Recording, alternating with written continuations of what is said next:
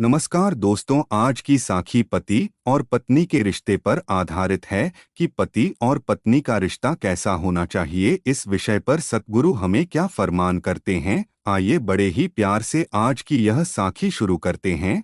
साध संगत जी, हमारे हर एक प्रश्न का जवाब सतगुरु ने अपनी वाणी में दिया है, लेकिन हम उस पर विचार नहीं करते, उस पर ध्यान नहीं देते, इसलिए हमारे जीवन में बहुत सारी उलझनें खड़ी हो जाती हैं।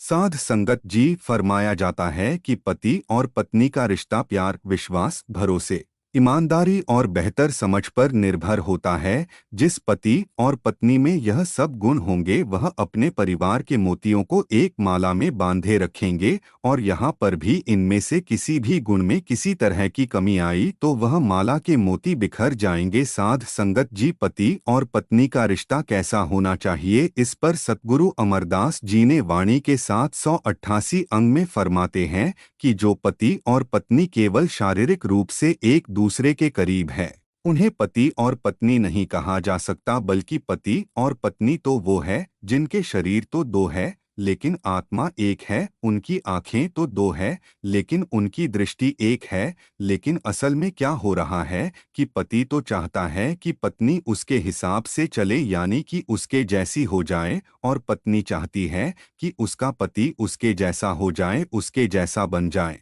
पति हमेशा अपनी पत्नी का प्यार और ध्यान मांगता रहता है और पत्नी अपने पति से।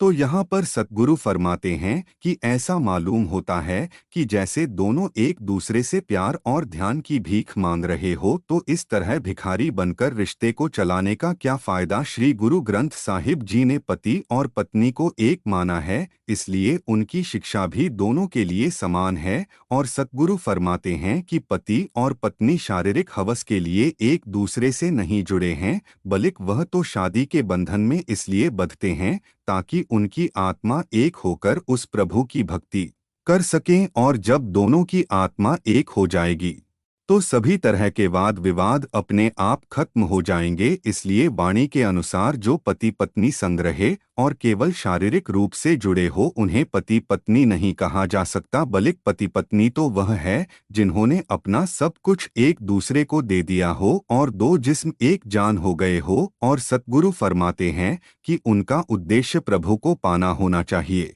आज की साखी में बस इतना ही। उम्मीद करता हूँ आपको यह साखी पसंद आई होगी। अगर पसंद आई हो तो वीडियो को ज़्यादा से ज़्यादा लाइक और चैनल को सब्सक्राइब करना मत भूलना, और कोई गलती हुई हो तो उसके लिए माफ़ कर देना। धन्यवाद।